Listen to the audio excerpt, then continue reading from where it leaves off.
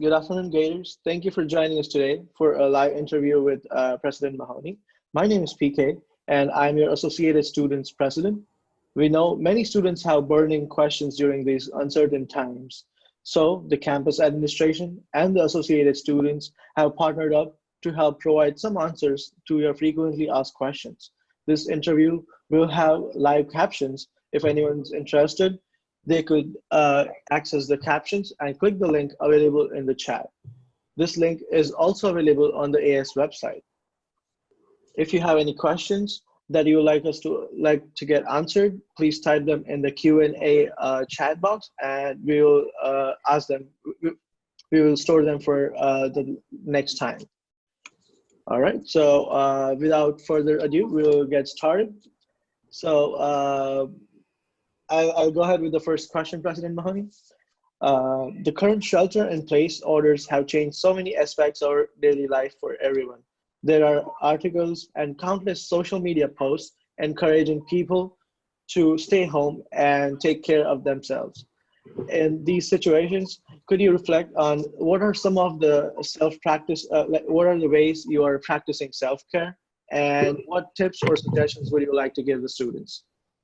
First, PK, I just want to thank you for providing an opportunity for me to speak with you and to speak with students this afternoon. And I want to start by thanking everyone. We transformed people's lives almost overnight. On a Monday, we moved all of our instruction remotely, and the following Monday, it was all different. So I just want to thank everybody who's worked so hard to learn to teach remotely and have learned to learn remotely. So thank you. And you are absolutely right. This isn't easy, and self-care is particularly important now. I've had an opportunity to speak to lots of students over the last few weeks, and I think many of us are doing the same thing, trying to get out, take walks 6 feet apart from folks, connect with family and friends via Zoom. I actually have had more contact with my college roommates in the last 6 weeks than I've had in the previous 3 years, because we're making more of an effort. And then I'm hopeful people have hobbies and pursuits. I've seen pictures of jigsaw puzzles. I've learned that a lot of your colleagues on the AS board have really adorable pets that they seem to be spending a lot of time with. So you're absolutely right. This is a long haul, and self-care is important. So I'm hoping that everyone is taking a break from work and from studying to have some downtime and do some things that help you regenerate. Mm-hmm. Yep. Thank you for those wonderful tips. Even like some of the things that I've been doing is like I found a lot of time to like read books now. And earlier in the school days, I was always occupied with assignments. So like I was like I had always bought books, and I was like I'll read them at like my free time. And like I discovered like a lot of free time where I could like pursue with those books. And also about hobbies, like I wouldn't say it was a hobby, but like I'm a big fan of playing video games online. And this has given us plenty of time to like stay home and like play video games, and I'm loving doing that as well. So it's definitely helping to take the stress off of my mind. I am sheltering in place with my 24-year-old son, and I know what Animal Crossing is. I didn't know about this, so I've seen his island, I've seen his the farm growing. So I think it is a nice time to do some of that fun stuff if you have time. Definitely, yeah. And thank you for those wonderful suggestions. And I hope the members of our community are like taking care of themselves as well. And they're taking notes if they want some, if they would like to do the same, that some of the things that we are doing. The current COVID-19 situation has escalated very quickly, and many students felt uprooted due to the dramatic changes that needed to be made the part of the current situation. So, and like in order to keep everyone safe, I believe those were important. One of the other burning questions that the students had is like, what resources are available for students who are severely impacted by COVID-19? So yeah, this caught a lot of us by surprise. People will remember that my first email to the community said that that instruction would only be remote through April 5th, and now it's remote through August or so. So this has been a highly evolving health crisis, and we've just had to respond to it. So there are a couple of things available. First and foremost, the federal government has provided us with $14 million in aid to students. It's called the CSU CARES program. And so this week, about 14,000 of our lowest income students will receive direct deposit or checks of cash grants to help them with the immediate financial need. We also have a fund of about $1.8 million that other students can apply to if they have immediate financial need. And then for students who aren't eligible for the federal dollars, they can apply to our Hope Crisis Funds. One of the things that was really quite touching at the very beginning of this, within a week of moving our instruction remotely, we heard from an alumna who just out of the blue sent an email to us saying, this is going to really impact students financially. Here's $100,000. Since that time, we used her money to seed the fund, and it's now up over $250,000. So we're giving the money away as fast as we can get it, and so students should make sure they're looking at our COVID-19 website, and you'll hear me say that a lot, for information about how they can get this aid. Students who qualify for the CSU Cares funding are going to get an email from us this week. So we are doing the best we can. Students who also left abruptly in housing, we're sending out an email to them so that we can start to allow them to make plans to come get their belongings in a way that still protects physical distancing and keeps everybody healthy. Mm-hmm. And yeah, moving on the following lines, my next question was actually for the students who are living on campus. And as you know, like majority of students had been evacuated and sent home in an effort to keep the students safe. So how is the university supporting these students who felt displaced in the current situation? So could you reflect something on that? So right now we have a little less than 400 students on campus. And they get grab-and-go meals from the dining hall. And I had an opportunity about a week and a half ago to go to the dining hall and from 6 feet away, wearing a mask and gloves, had a chance to greet some of the students. And so students that I met who are in housing are doing pretty well. Because a few of them, physical distancing isn't a problem. The grab-and-go meals is working out very well. Sodexo's worked hard to provide some nice food. And we still have Res Life staff living on campus, and both student staff and professional staff on campus there to help. The other thing we've done is we have reopened our Gator crisis housing. So for students who are in need of crisis housing, they should also reach out to Student Affairs and to Residential Life to learn about housing opportunities. At the moment, our plan is to allow anyone who cannot leave to remain in housing. Mm-hmm. Yep, thank you for that.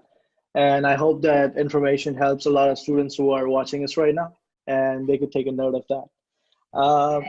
And it goes without saying that the current pandemic has affected all the students in variable ways. But we have made the remote transition to make the classes online. But there's this question that came up, and that was really interesting, that as we know, the majority of the students who have been like questioning about the refunds, and how are those fees currently being utilized, and how do these fees support and help these students currently? And why are some of these fees, why are some of these fees refundable, and why are some of them not? So yeah. This is one of the biggest questions we get, and it's up there with what's going to happen with fall, and I know you and I are going to talk about fall later.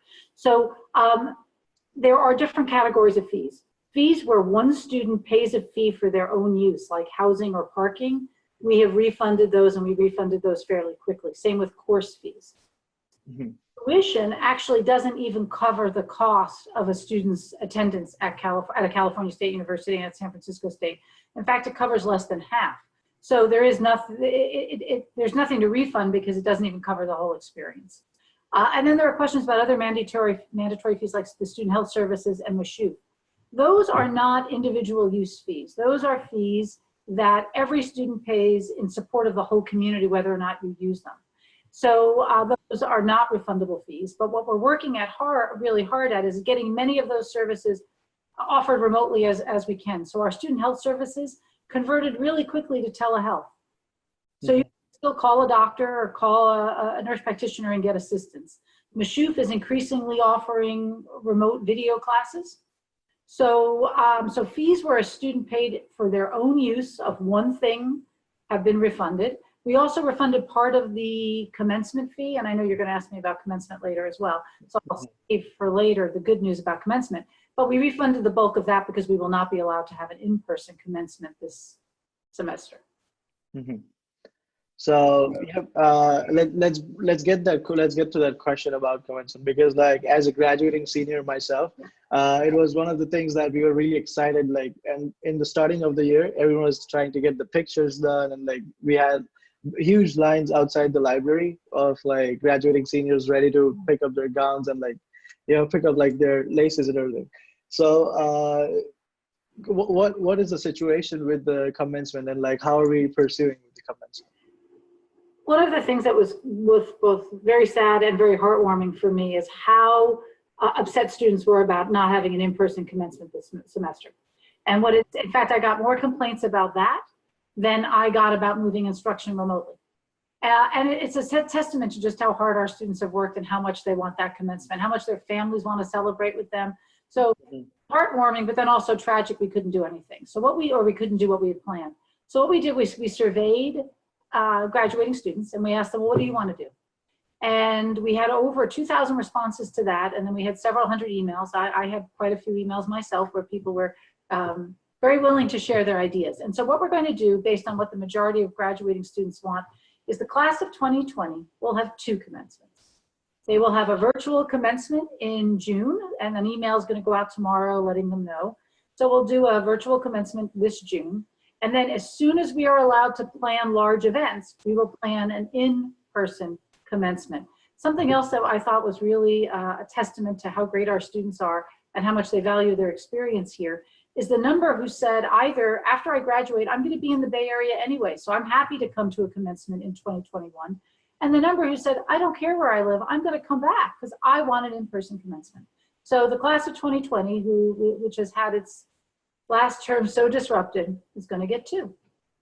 Mm-hmm. Definitely, like it sounds like never unprecedented, right? Like it's never happened before, where everyone's thinking about how to do it online. And I think like that has also opened up doors to many innovative solutions. Like the one that I heard about recently was about UC Berkeley. In order to do an like online commencement, they had made models of their university on like a video game, and then like everyone could join in there to like attend the commencement ceremony. So it has been interesting to see like how different schools have been adapting to this, and like people are getting used to that fact that like it's all right if it's for the safety of the students that we are not pursuing with that. And I heard today that Facebook is hosting a commencement too on May 14th. I think the keynote speaker will be Oprah Winfrey and some celebrities. So I think everyone's getting in the act to help celebrate the class of 2020. Mm-hmm. And it's also good to hear that we are not like canceling the plan for commencement, but we'll do it like whenever we can do it, like as soon as possible. And yeah, I had a chance to look at the survey, and like we had this discussion in the group meeting for like when we looked at the survey, that it's really interesting that students are ready to come back from like wherever they might be to like attend the commencement. It's definitely like unprecedented and like good to see. Moving on to the next question, we have like, due to the quickly changing situations and orders for the COVID-19 situation, many students and professors have struggled to transition to like full remote learning and digitization of their in-person classes.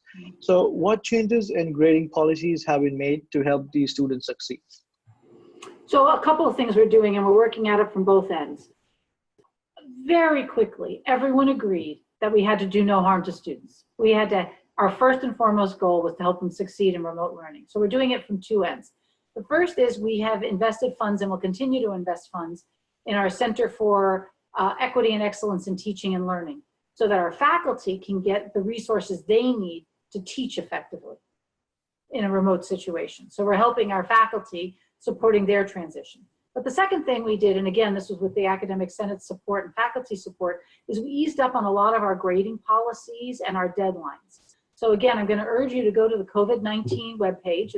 You can link it right off our homepage, and then go to the menu on the left and click on students. And one of them has just academic information.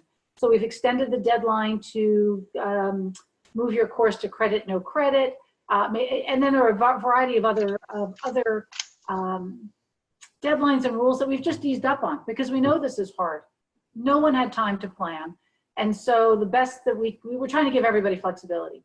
Having said that, I want to tell you just how impressed I've been with both our students and our faculty and how well so many of them have made the transition. It's clearly been hard for everybody, but I've just seen so much kindness. I had a student explain to me how she helped her professor learn how to use Zoom better. And then of course, the faculty are trying to help students succeed in their classes. So for me, what I've been most touched by over the last 6 weeks is the kindness that people are showing each other. And then the creativity. And I'll just call out one thing I saw last week on social media that I just loved. One of our professors who was teaching a first-year experience hosted a Bring Your Mom to Class. And then next week she's hosting Bring Your Sibling to Class. And she posted the Zoom screen, the one we've all gotten used to, the Hollywood Squares. And there were students and their moms, and everybody looked so happy. And so I just think some of these little innovations have been really wonderful to see. But we will continue to provide support in terms of grading flexibility. And also, if there's still students who need technology help, they should reach out and contact us, and so should faculty. And we're going to keep doing our best to get people the help they need so that they have a successful semester. Definitely. And like really interesting to hear the new approaches that teachers are taking to like bring families and include them. And I believe that I wasn't using a lot of Zoom before, but like because now I've been using Zoom for like classes as well as like most of the things. Even a lot of my family members have like installed Zoom on their phones. So like even the family calls have been on Zoom, and yeah, it's been it's been some experience like going through those files. Moving on, one of the burning questions that students had was what's going to happen during the summer semesters and the fall semesters. So we could go one by one. We could start with summer and then to go to its fall. So of course, the primary answer is we're following the city and state's rules. And shelter in place obviously precludes any face-to-face instruction. So right now, the city of San Francisco and surrounding counties are in shelter in place through the end of May. So we have moved summer session remotely. Mm-hmm. We're hopeful that we might be able to get some kind of a face-to-face intensive toward the end of the summer, but we're not sure yet because again, we're waiting for the public health department and the city and state. So right now, summer is remote. And I heard today that our enrollments in summer session are actually higher than they were last year. And I just want to again thank the students. Finishing your degree has never been more important. It has never been more important. So any progress you can make in degree, we're here to help you. The fall is a work in progress. I think like all of you, I'm obsessively reading everything that comes out in any magazine or any newspaper about what the fall will look like. It is looking at the moment like we will need to continue physical distancing. I actually, on Monday, am going to be speaking along with other members of the CSU with representatives from the governor's office. Some of my staff are going to be speaking to people in the mayor's office. And we're also going to be speaking to all the presidents of other Bay Area universities next week to see what everyone's thinking. At the moment, we're being told that we need to practice physical distancing. So we are looking at how could we accommodate physical distancing in face-to-face instruction. So one of the plans that we have now is planning for a mix of face-to-face instruction and remote instruction. This way we could accommodate fewer students in a class. And it would also allow us to accommodate the students who may not be able to come to class in the fall, or the faculty who can't teach in person because they're at an at-risk group for the complications of COVID-19. So right now we're just engaged in a lot of planning. And as we think about what courses we could offer face-to-face, we were forced to offer fewer. We're prioritizing the courses that most benefit from face-to-face instruction. Things like the arts, things like the sciences, some of the professional programs in health and human services. So we're preparing now for a multitude of possibilities. I would love for this to just all die away and we come back together face-to-face in the fall, just like last fall. Nothing would bring me greater joy. I think that's unlikely, so we're looking at modified plans for the fall. And what I can promise is we will communicate this to students as quickly as the details become available. Mm-hmm. Definitely. Thank you for that. And I had a follow-up question regarding like, because it was the first time that like students had to do only all the classes online, mm-hmm. like when they used to do classes in person, it was easy to manage, and like when they went to class, they were able to retain more information, and like I believe they were more effective in person classes. How are we finding solutions for the issue of effectiveness of the teaching? Because I believe like it has definitely hampered, and I believe it is not the same as it was in in-person classes. So how can we make sure that like we're not having classes just to make sure that students get their degrees, but also have like it more effective where they're also able to stick to their learning outcomes of the classes? So yes, it's absolutely different. There's no way it could be the same. And as someone who loved being in a classroom with students and still loves to be in a room with students, and you know this, PK, our Zoom meetings with the AS board, it's nice to see you all, but it's not the same as when we used to get together in the Student Services building over sandwiches. So yeah, it's different, and it's less satisfying in a lot of ways. So again, two things we're doing. One is providing as much support to faculty as we can. And if, as is likely, there'll have to be some more remote teaching in the fall, we're going to provide funding over the summer for faculty to participate in more programs to help them strengthen their remote teaching capabilities and capacities. By the same time, we moved our tutoring online. So I urge students who are struggling to reach out to a tutor or reach out to an advisor. Someone may have some tips for you on how to kind of get over the hump of this transition. I will say I have heard from a number of students that they're grateful it's all remote because they have found their work lives turned upside down. Many students have sadly lost employment as restaurants and other things have closed, but other students who work in things like grocery stores have actually found their hours increasing or have had to increase their hours because they have a parent who can't work. And they're very grateful to have the opportunity to have a more flexible teaching schedule. So I think people are having all different experiences to this. And we're going to continue to support our faculty and let us know how we can better support students as they work their way through remote learning. Mm-hmm. Thank you. So yeah, I believe we'll be discussing it at like other meetings as well, like how to, how to make sure that we are working towards effectiveness of the teaching as well. All right. So the next question we had is like we are looking forward to receiving updated information in the situation as it develops, and in these certain times we are waiting for answers and updates as like they're coming to us like daily, and we're never unexpected. So thank you for keeping the student body and the students like up to date on these new developments, and it's really greatly appreciated. The next question is something like we are in the ongoing process of right now. The Associated Students is going through its election for the 2021 term.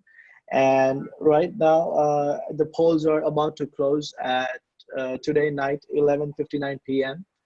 So on those lines, I would like to ask like, what do you plan, or like what are some goals that you hope to work with these new student leaders that are contesting this election and will be the next representatives for the students?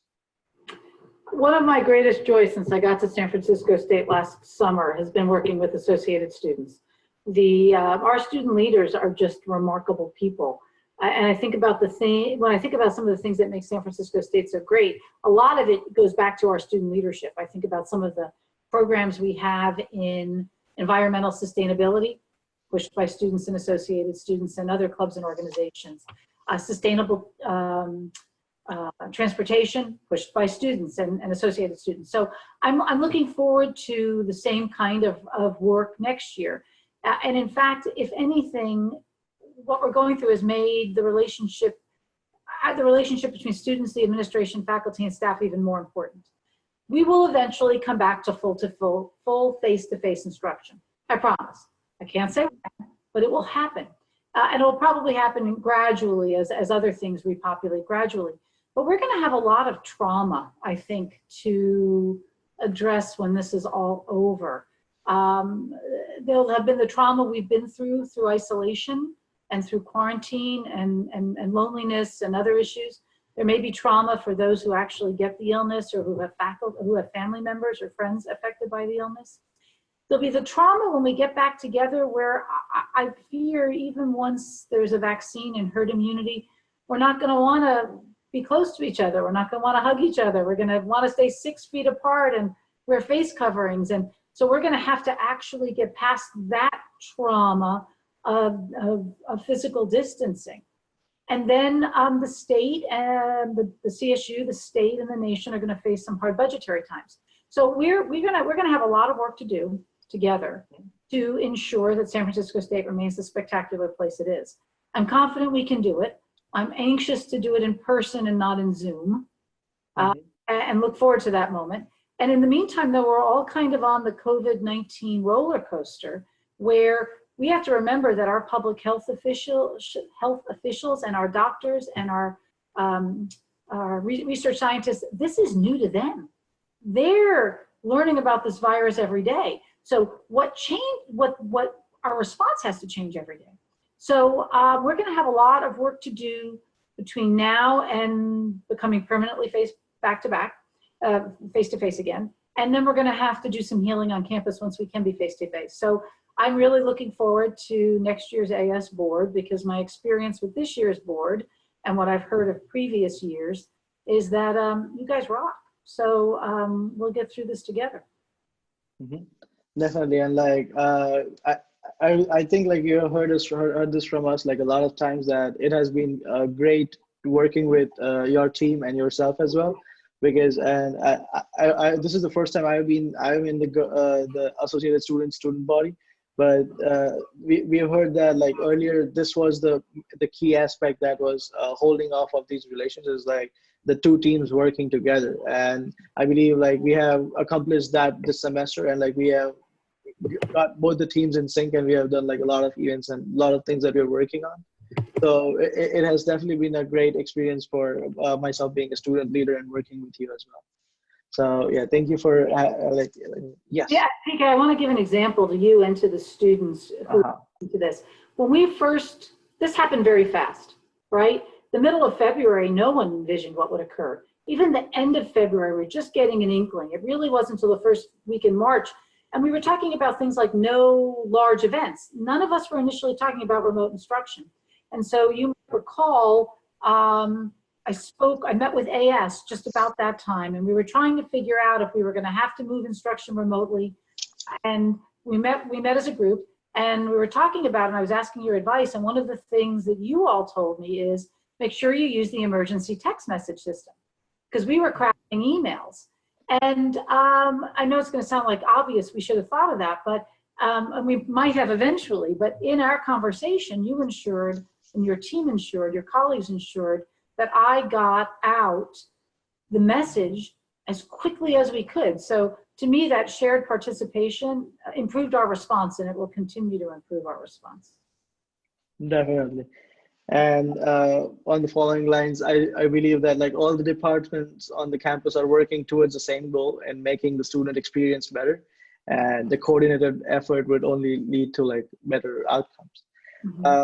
Moving on, I have another question on regards to during these times of layoffs, there's a lot of students who depended on jobs on campus to sustain their, that's how they made their living, and they weren't working off campus.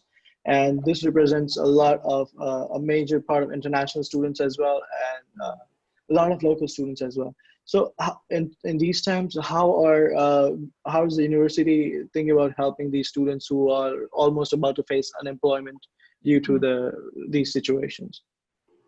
So the first thing I'm happy to say is we haven't had any layoffs at San Francisco State. A couple of other CSUs have, we have not.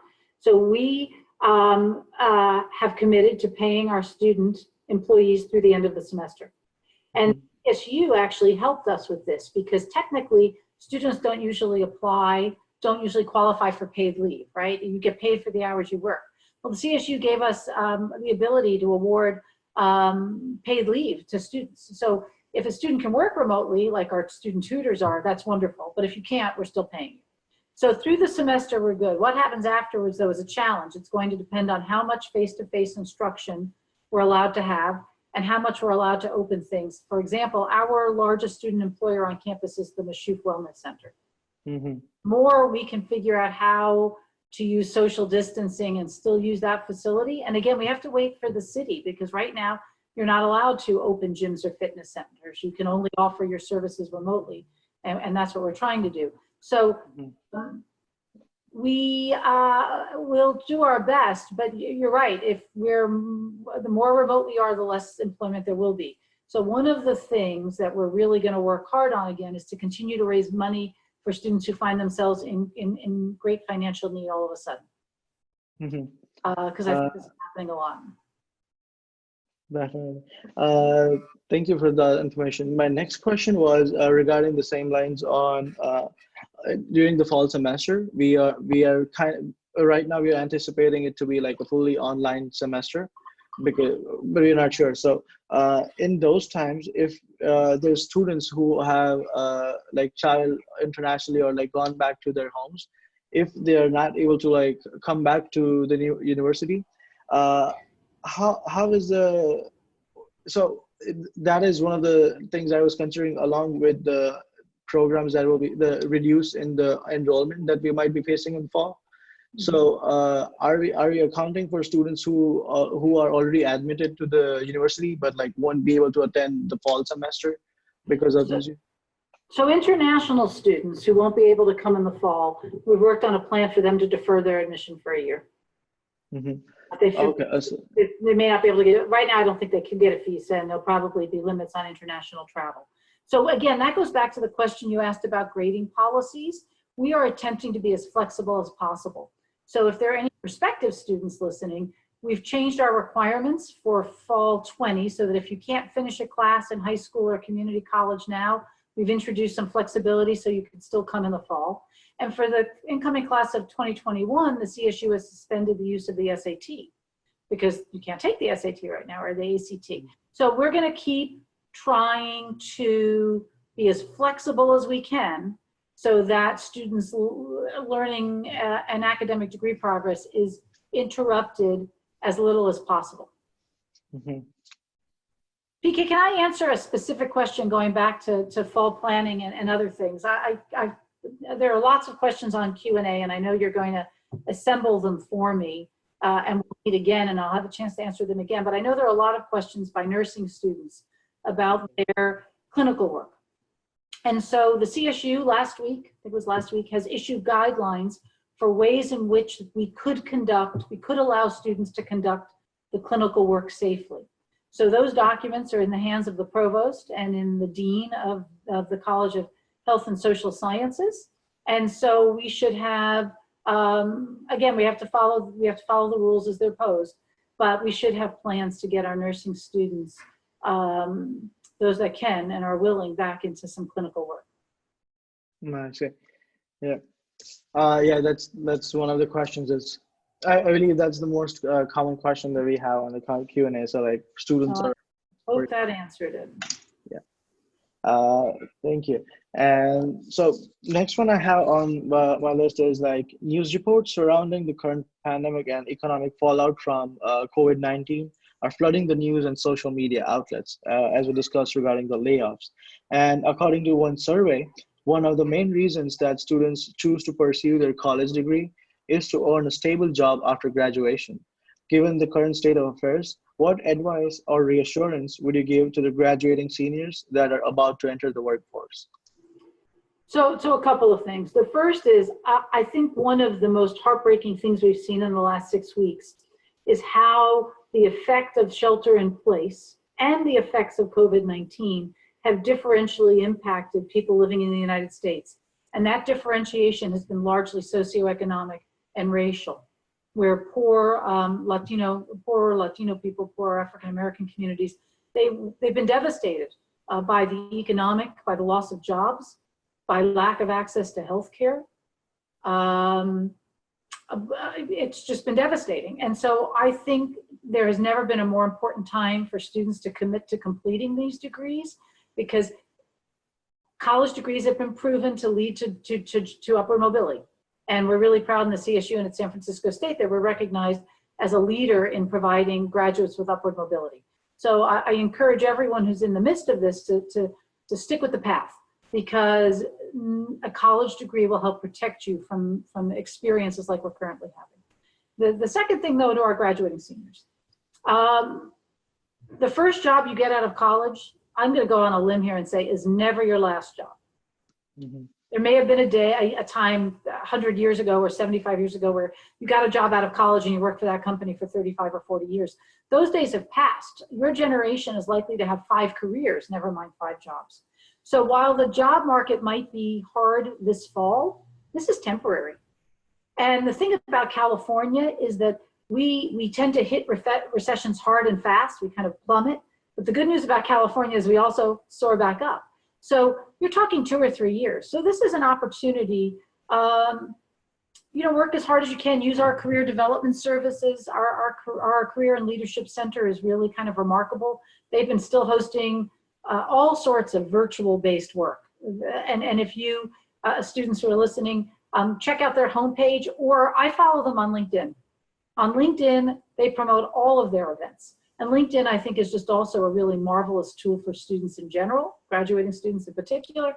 And right now, it's where everybody's at, right? Because we're all virtual. So don't despair. This is temporary. Yeah, the job market might be a little hard for a couple of years, but it will rebound, and it will rebound fast. So things you could think about while you're looking for work could you use this remote time to build other skills? So I've been hearing about students who are taking, remote learning about coding. Or one person told me they're learning how to master, their goal is to become an Excel spreadsheet whiz. So anything you can do to build some skills now too is helpful as well. It's also for those students who are thinking about graduate school, it's a good time to think about going back to graduate school. Build some new skills, get a new level of credential, and again, the job market will rebound. But in the short term, sign up for LinkedIn and follow our Career Development Center, and they have all sorts of good advice. Right. So yeah, my other question was going to be on those lines, as in like, what are the resources that are being provided to the graduating class for getting to their job? Because I think when the college was open in person, we had career fairs and like a lot of companies who were making their presentations in our classrooms.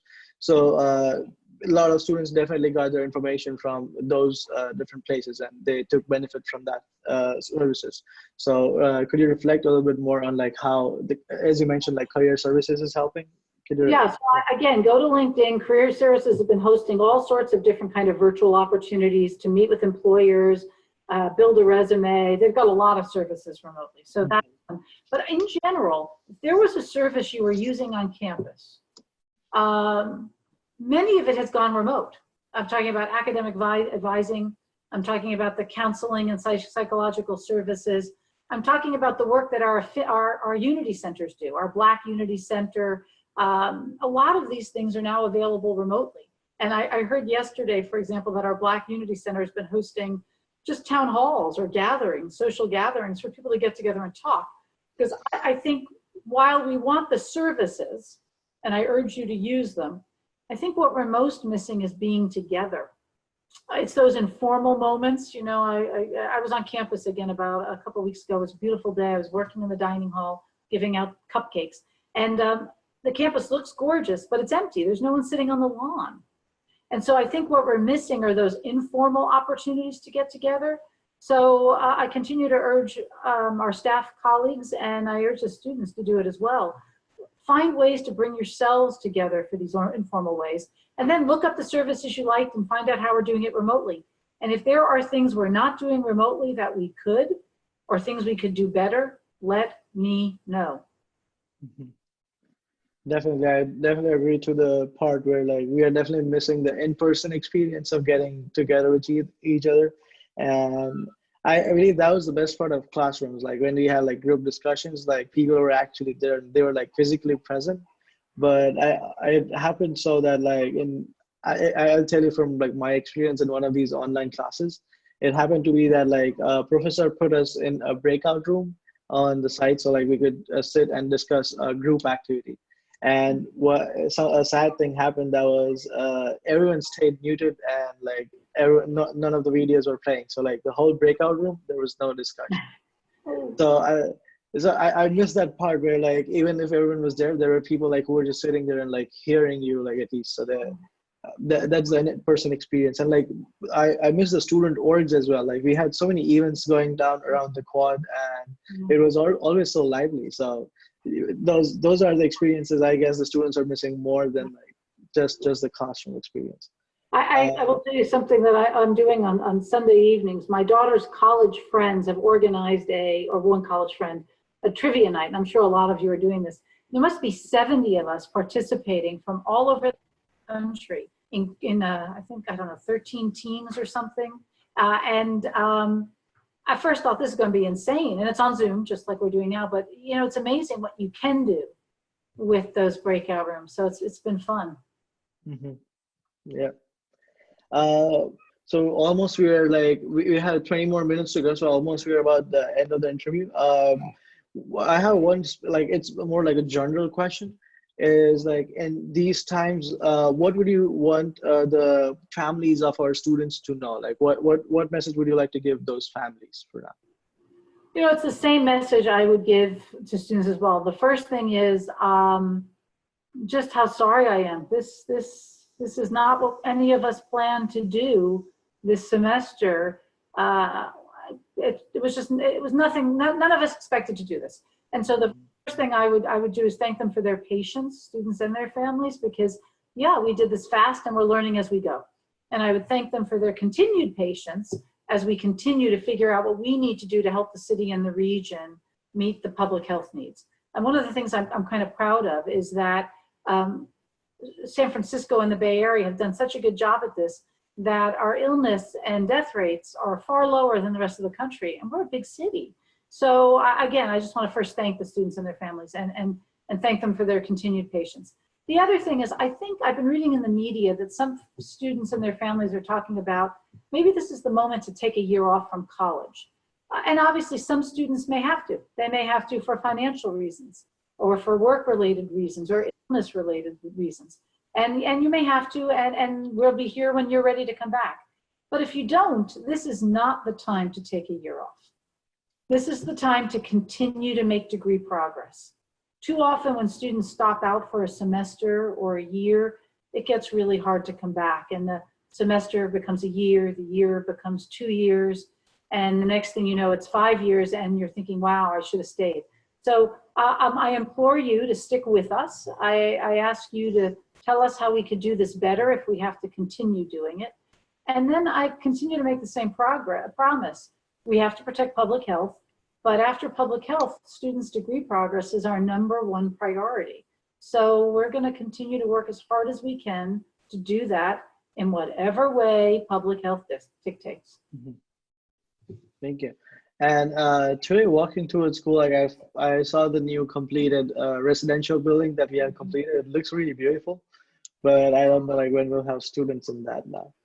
So I'm going to hope that we'll have some students there in fall. It will certainly not be fully occupied because we couldn't physically distance, but I'm hopeful we'll have some folks living there. And I was really pleased. The city granted our residential facility an exception to the construction project in an exception to the construction rules in recognition of how important housing and student housing is. Mm-hmm. Yeah, it is really nice. Yeah. I have one question here. It's it's regarding the reduction in fees.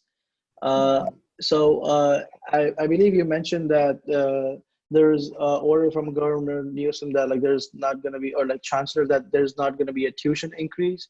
And could you reflect on like how the fees structure, like could you reflect a little bit on like what the fee structure is going to be there? So students' education in the CSU is supported, and I'm talking now students who are residents of the state of California, and that's the majority of our student body, vast majority.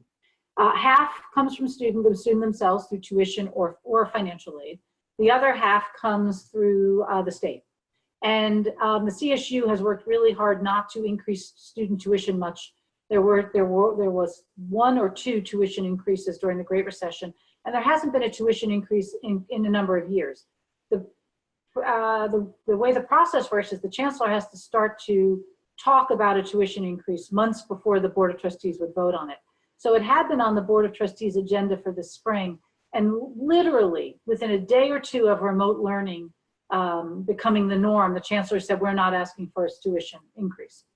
So there will be no tuition increase for next year. I know there have been some discussion of out-of-state tuition, and tuition is driven by the chancellor's office. So I'll make sure I bring that question back. I do meet with the chancellor regularly and with the other CSU presidents, but I don't have any details about out-of-state tuition at all. Thank you. That's quite some useful information. Another thing was, like, as we're talking about the new buildings they're built, the new fund that we got for building the new science building.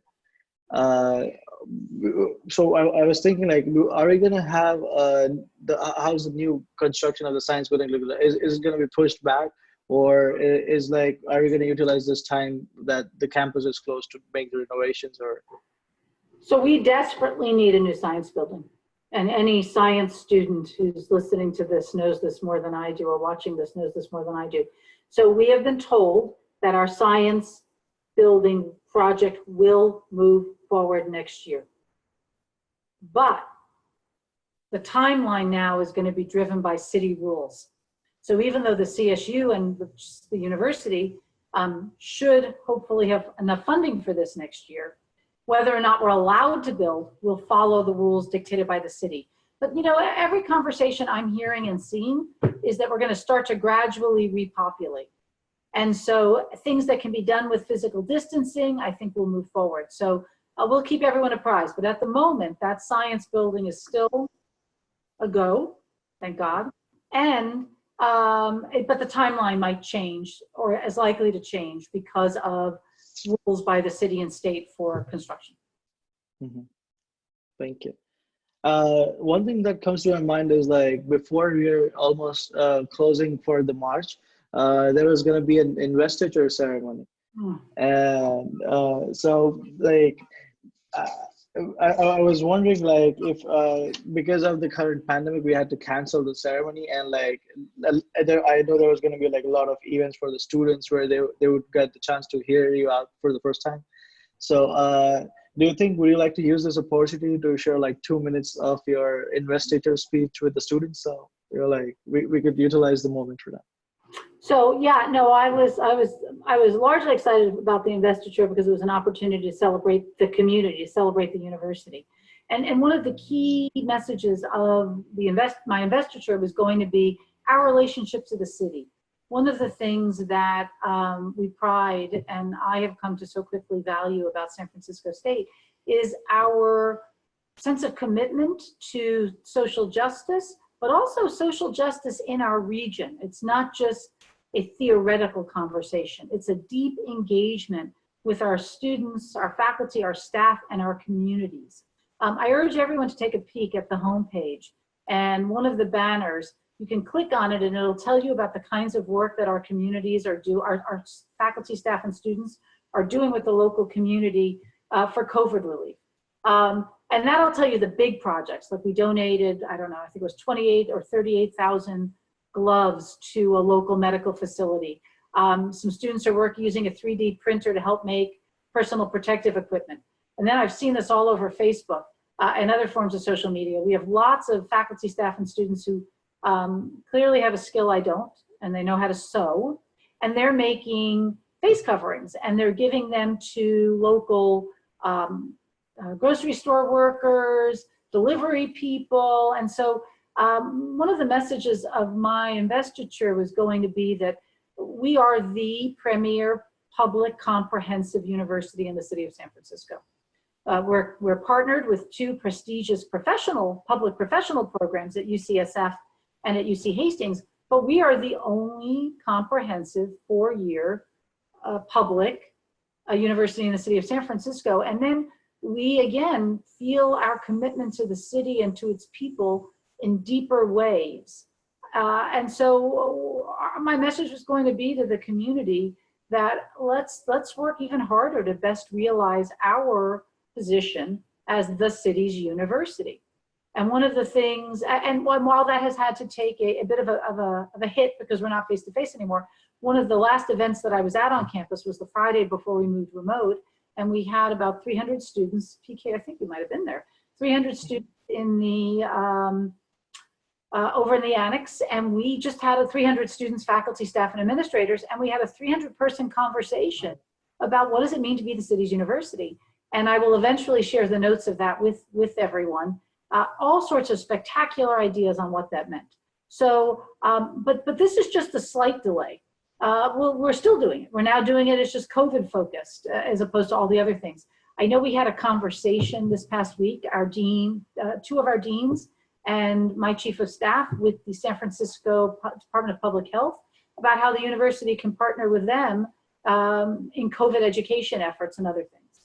Another opportunity, I was appointed last week to the mayors, to the city and counties economic recovery task force. So the state is going to get an opportunity to meet with other business leaders and other educational leaders in the city to say, how can we help? So my message was that we are the premier public comprehensive university in the city of San Francisco. We take that relationship seriously. We are one of the greatest providers of workforce to the city. And we're just going to continue to enrich that relationship, and it will enrich our experiences and our students' experiences, and it will enrich the city. So I look forward to doing more of that kind of work. Definitely. And I would like to take this time to thank you for providing us with that opportunity where you brought for the city's university talks, where all the faculties and the students came together for discussing how can we improve whatever is going on in the school and make it the premier university that everyone in the city could look towards. And because I believe that was a conversation of its kind, and where the teachers and students were together, not discussing about their subjects, but about how they're where they are and what represents them as a university. And I was definitely going to ask you if you said you'll share some insights about what we got from the takeaways from the event with all of us on later time, but are there 2 or 3 that you would like to, something that's something that were really interesting to you? Would you like to share a few of those from the event that we had? Yeah. Yeah, people had all sorts of interesting ideas about getting our students into the community and getting our community on campus. They had interesting ideas about curriculum, how we could embed kind of more experiential learning and more social justice, urban social justice in the curriculum. There were just hundreds of ideas. It was a really remarkable day. It was the students had wonderful ideas, the faculty and staff, ideas for prison education reform, how we could be we're a leader in that field. Project Rebound started here on our campus. We have one of the strongest Project Rebound programs, but how could we become more involved in prison reform and prison educational reform? The ideas were all over the place. Right, yeah, and each table got a chance to share their ideas, and it was definitely great to be a part of audience for that event as well. So we're looking at the time, we are almost towards the end of our first Q&A session. So I think we'll be having more of these in the future. So to address the ongoing lot of questions we have been collected today as well, so we could answer them at the further meeting. But just would you like to provide with an end remark or something that you'd like to tell students before we end this meeting? PK, please send me a summary of those questions, and if there's some key ones, I'll just try and get it out in a quick message, but I would love to do this again. And if there are other student groups, I have participated in one class remotely. I had a virtual lunch with some students yesterday, so if there are some other opportunities for students or student groups, I'd be happy to meet with you. But I just want to thank everyone for their patience. This is hard. This is really, really hard.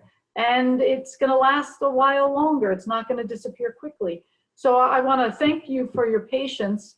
We're doing what we can to help everybody stay well, and we're doing a pretty darn good job of it. So, but we also want to make sure that we do as good a job as we can with your learning and your progress to degree. So email me, president@sfsu.edu. Let me know how we can help. And I want to thank you, PK, for providing this opportunity. It's always great to see you, and I've really appreciated the opportunity to answer some of these questions. Definitely. Thank you, President Mahoney. And I'd also like to thank the students that were here, who joined us in this session. I believe like they had a quite informative session and got answers to a lot of their questions. And hopefully, if you have more questions, you could keep submitting us the questions on this forum, or if you have any other questions that you can't submit here, you could definitely redirect them towards me, and we'll make sure that we address them at like some other forum. And my email ID would be president@asi.sfsu.edu, and you could redirect your questions towards me for the next session. And thank you, President Mahoney, for this opportunity, and you have a great day. Thank you, PK. Thank you, everyone.